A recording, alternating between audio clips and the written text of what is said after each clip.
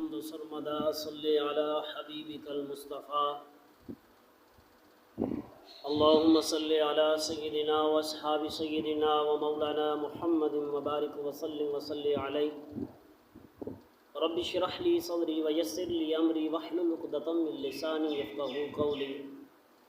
سامعین و ناظرین، ایک سوال ہے کہ جب سورج گرہن اور چاند گرہن لگے تو معاشرے کے اندر جو مشہور و معروف ہو چکا ہے کہ حاملہ عورت گھر کا کوئی کام کاج نہ کرے، سفر نہ کرے، گھر سے باہر نہ نکلے اور پاؤں نیچے کر کے نہ بیٹھے اور روٹی وغیرہ نہ پکائے، آٹا نہ گوندے اور سبزی وغیرہ نہ بنائے، حتیٰ کہ چھری تک کی بھی اپنے ہاتھ کے اندر نہ پکڑے۔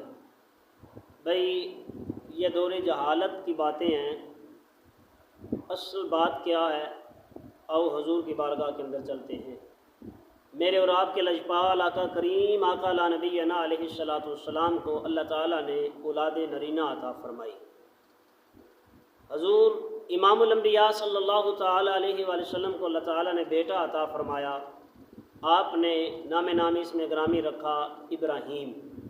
جب آپ کی وفات ہوئی، آپ کے لخت جگر آپ کے بیٹے کی وفات ہوئی، جس دن کو حضرت ابراہیم کی وفات وصال مبارک ہوا، اسی دن کو اللہ کا کرنا کہ سورج گرہن لگا اور لوگوں نے کہا کہ دیکھو محمد کریم صلی اللہ تعالی علیہ وآلہ وسلم کا بیٹا جس کی وفات ہوئی اور اس کے وفات کے غم کے اندر آج دیکھو سورج بھی رو رہا ہے، سورج غم منا رہا ہے۔ تو جب یہ بات کریم آقا لا نبی علیہ الصلوۃ والسلام کی پاس پہنچی، آقا علیہ الصلوۃ والسلام نے قوم کو اکٹھا فرمایا اور فرمایا لوگوں سن لو، میرے بیٹے ابراہیم کی موت کا تعلق سورج کے ساتھ نہیں ہے۔ موت برحق ہے، جو دنیا میں آیا اس نے دنیا سے جانا ہے۔ آپ کہہ رہے ہو کہ میرے بیٹے کی موت کے غم کے اندر سورج بھی غم منا رہا ہے، سورج رو رہا ہے، سورج گرہن اس لیے لگا ہے۔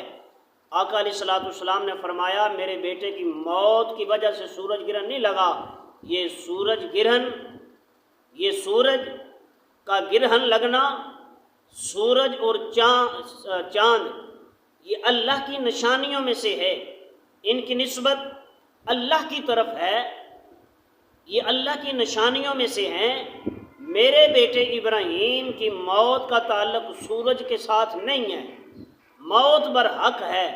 تو رسول کائنات صلی اللہ تعالی وسلم نے مسئلہ سمجھا دیا امت مصطفیٰ صلی اللہ تعالی علیہ وآلہ وسلم کو کہ موت حقیقت ہے، برحق ہے، اس کا سورج گرہن کے ساتھ کوئی تعلق نہیں ہے۔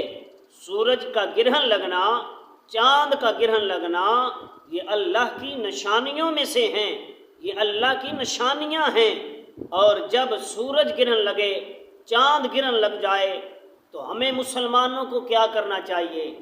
بجائے اس کے کہ معاشرے کی ایسی گفتگو سن کر اس پر عمل کیا جائے، ہمیں کیا کرنا چاہیے؟